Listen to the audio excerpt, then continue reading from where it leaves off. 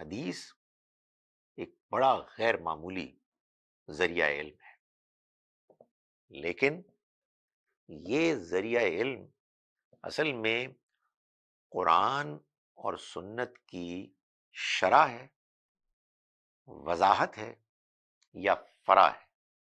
اس میں جو کچھ بیان کیا گیا ہے، جو کچھ عملاً کیا گیا ہے، اس کی کچھ آپ کہیے کرولریز بیان ہوئی ہیں۔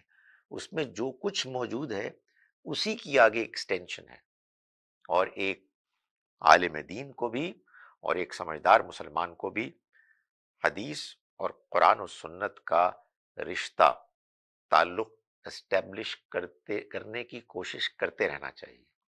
یہ عمل مسلسل جاری رہنا چاہیے، ورنہ اس کا شدید خدشہ ہے کہ حدیث کے نام پر بعض باتوں کو دین بنا لیا جائے، حالانکہ وہ دین نہیں ہے۔ میں آپ کو ایک مثال سے یہ بات سمجھاتا ہوں۔ ہمارے ہاں ایک مشہور حدیث ہے، اور بائی دا وے حدیث کی کتابیں اب ہمارے پاس ہیں، بخاری، صحیح بخاری، صحیح مسلم، داؤد، ابن ماجہ، نسائی، اور اس طرح دوسری اور کتابیں بھی ہیں، جو ترمذی، یہ سیاہ ستہ ہیں جن کے میں نے 6 نام لیے، موطا امام مالک ہیں، پھر مسند احمد ابن حنبل، اور بہت سی اور کتابیں ہیں۔ بخاری میں جو سب سے زیادہ ریلائبل اور اوتھینٹک مانی جاتی ہے، کیونکہ امام بخاری کے جو معیارات تھے حدیث کو، راویوں کو پرکھنے کے، وہ بڑے کڑے تھے، بڑے اسٹرکٹ اسٹرنجنٹ تھے۔ 3 صدی ہجری کی کہ یہ کتاب ہے، یعنی کمپائل ہوئی تب۔ اس میں ایک حدیث آتی ہے کہ جس مرد نے اپنی تہمت کو اپنے ٹخنوں سے نیچے کیا، تو جتنا حصہ اس نے نیچے کیا وہ آگ میں جائے گا۔ نبی صلی اللہ علیہ وسلم نے اگر یہ بات بیان فرمائی ہے تو بھائی وہ آگ میں جائے گا۔ آپ نے جو بات بیان کی، آپ کی بات غلط تو نہیں ہو سکتی، آپ اللہ کے پیغمبر ہیں۔ لوگوں نے اس کو ایسے ہی لیا، اور پھر نتیجتاً ہم دیکھتے ہیں، کم سے کم ہمارے ہاں سب کانٹیننٹ میں مذہبی دینی لوگ اپنے پائنچے اوپر کرتے ہیں۔ ان کے لباس کا ڈیزائن ہی یہ بن گیا ہے کہ وہ اپنے پائنچے ٹخنوں سے اوپر رکھتے ہیں۔ اصل حقیقت کیا ہے؟ ایسا کیوں ہے؟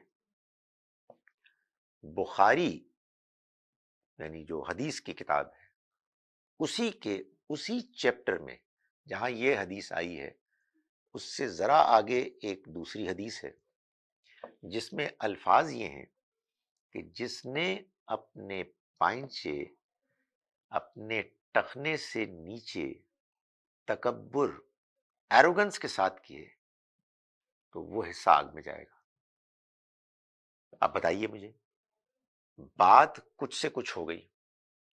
معلوم ہوتا ہے کہ پہلی حدیث جنہوں نے بیان کی، کسی نہ کسی راوی سے یہ غلطی ہو گئی کہ انہوں نے تکبر کی شرط کو بیان نہیں کیا، جس کے نتیجے میں آپ سوچئے کہ مسلمان مردوں کی ایک بہت بڑی تعداد دین سمجھ کر اپنے پائنچے ٹخنوں سے اوپر کرتے ہیں۔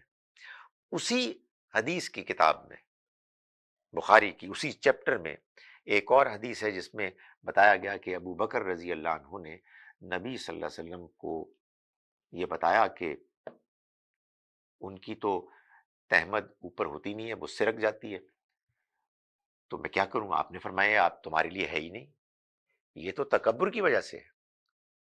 بات بالکل واضح ہو گئی۔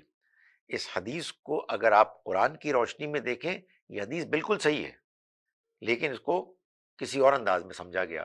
اس حدیث کو اگر بندہ ناچیز کی اب بات سنیں، صحیح طور پر اگر سمجھا جائے تو اس کا مطلب یہ ہوگا کہ لباس میں، چلنے پھرنے میں، مکان میں، مکان کے بنانے میں، گاڑی کے خریدنے میں، گفتگو میں جہاں کہیں بھی تکبر ہے وہ مہلک ہے، وہ انسان کو برباد کر دینے والی چیز ہے۔ اس لیے کہ قرآن نے یہ بات بیان کی ہے کہ جو شخص تکبر کرتا ہے وہ جنت میں نہیں داخل ہو سکتا۔ اونٹ سوئی کے ناکے سے گزر سکتا ہے، لیکن ایک متکبر انسان، ایروگنٹ انسان جنت میں نہیں جا سکتا۔ تو بات کچھ تھی، کچھ سے کچھ ہو گئی۔ اب میں آپ کو ایک اور حدیث سناتا ہوں۔ پہلی حدیث ٹخنے والی بھی اسی کیٹیگری کی ہے، لیکن میں ایک اور حدیث آپ کو سناتا ہوں جس کو لوگ بہت بیان کرتے ہیں اور اس کو غلط سمجھنے سے بڑے غیر معمولی خطرناک نتیجے نکلتے ہیں، اور صحیح سمجھنے سے قرآن کی روشنی میں بات بالکل واضح ہو جاتی ہے۔ کہتے ہیں کہ نبی صلی اللہ علیہ وسلم نے فرمایا کہ بنی اسرائیل میں ایک فاحشہ عورت تھی جس نے ایک پیاسے کتے کو پانی پلایا، اور اس کے نتیجے میں اللہ تعالیٰ نے اس کو بخش دیا، وہ جنتی ہو گئی۔ یہ بات اگر صرف اتنی ہے تو نہایت کنفیوزنگ ہے، اس لیے کہ قرآن تو یہ کہتا ہے کہ شرک، قتل اور زنا، ان تینوں کے کرنے والے، ان گناہوں کے کرنے والے جہنمی ہیں، سوائے اس کے کہ وہ توبہ کرے۔ یہاں یہ بتایا جا رہا ہے بظاہر ایک فاحشہ اور عورت نے ایک پیاسے کتے کو پانی پلایا اور بخش دی گئی، تو وہ جو قرآن کہہ رہا ہے اس کا کیا بنے گا؟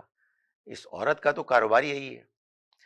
تو اگر آپ قرآن کی روشنی میں اس حدیث کو سمجھیں تو بات پوری اصل میں یوں تھی۔ یہ میں قرآن کی روشنی میں سمجھ کے آپ کو ایک اندازہ بتا رہا ہوں کہ نبی صلی اللہ علیہ وسلم نے یا تو یہ بات بیان فرمائی اور بیان کرنے والے راوی نے اس کو پوری طرح بیان نہیں کیا، یا آپ نے جیسے اس کو بیان فرمایا اس میں یہ بات آبویس تھی، امپلائیڈ تھی، اس کے اندر شامل تھی، کیونکہ حضور نے ان مسلمانوں کو صلی اللہ علیہ وسلم بتایا کہ جو قرآن جانتے تھے کہ اصل میں معاملہ کچھ یوں ہوا کہ ایک فاحشہ عورت جو پروسٹیٹیوٹ تھی، اس نے ایک موقع پر خود پیاسا ہونے کے باوجود ایک پیاسے کتے کو پانی پلایا، اپنے اوپر اس نے اس کو ترجیح دی،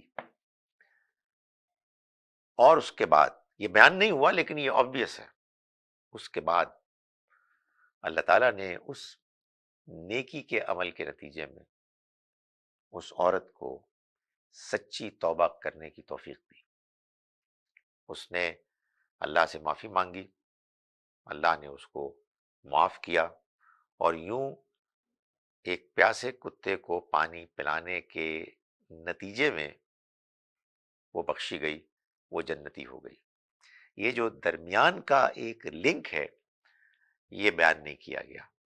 یہ ایک حقیقت ہے کہ بعض اوقات بعض نیکیاں انسان کو بعض دوسری نیکیوں کی طرف لے جاتی ہیں، بعض برائیوں سے بچنے کی توفیق بنتی ہیں، ذریعہ بن جاتی ہیں، لیکن اگر آپ اس پوری بات کو بیان نہ کریں تو آپ سوچئے کہ کیا تصور قائم ہوتا ہے۔ آپ نے جو برائی کرنی ہے کریں، کوئی چھوٹی موٹی نیکیاں کر لیا کریں تو آپ کی بخشش ہو جائے گی۔ یہی وجہ ہے کہ سارے محتاط علماء حدیث کو بیان کرتے ہوئے آخر میں یہ بات بھی بیان کرتے ہیں کہ او کما قالا، یا پھر نبی صلی اللہ علیہ وسلم نے جو کچھ بھی فرمایا، یعنی ہمیں یقین نہیں ہے کہ پوری بات یہی ہے، اس کے علاوہ کچھ اور بات بھی ہو سکتی ہے، یا بات اس سے ذرا مختلف بھی ہو سکتی ہے۔ تو ناظرین، پھر حدیث کو کہاں پلیس کیا جائے؟ دیکھیے، اصل دین قرآن میں ہے اور سنت میں ہے۔ حدیث قرآن و سنت کا بہترین فٹ نوٹ ہے. جیسے ایک کتاب کا ٹیکسٹ ہوتا ہے نا اور اس کے نیچے فٹ نوٹ ہوتا ہے، ایسے ہی قرآن و سنت کا فٹ نوٹ حدیث ہے. حدیث بہت قیمتی چیز ہے، لیکن اس کو قرآن اور سنت کی روشنی میں سمجھنا چاہیے، تو یہ مزید روشنی فراہم کرے گی. ورنہ اس کے نتیجے میں بہت غلط فہمیاں پیدا ہوں گی، اور بعض اوقات دین کچھ کہہ رہا ہوگا اور لوگ دین کچھ اور سمجھیں گے.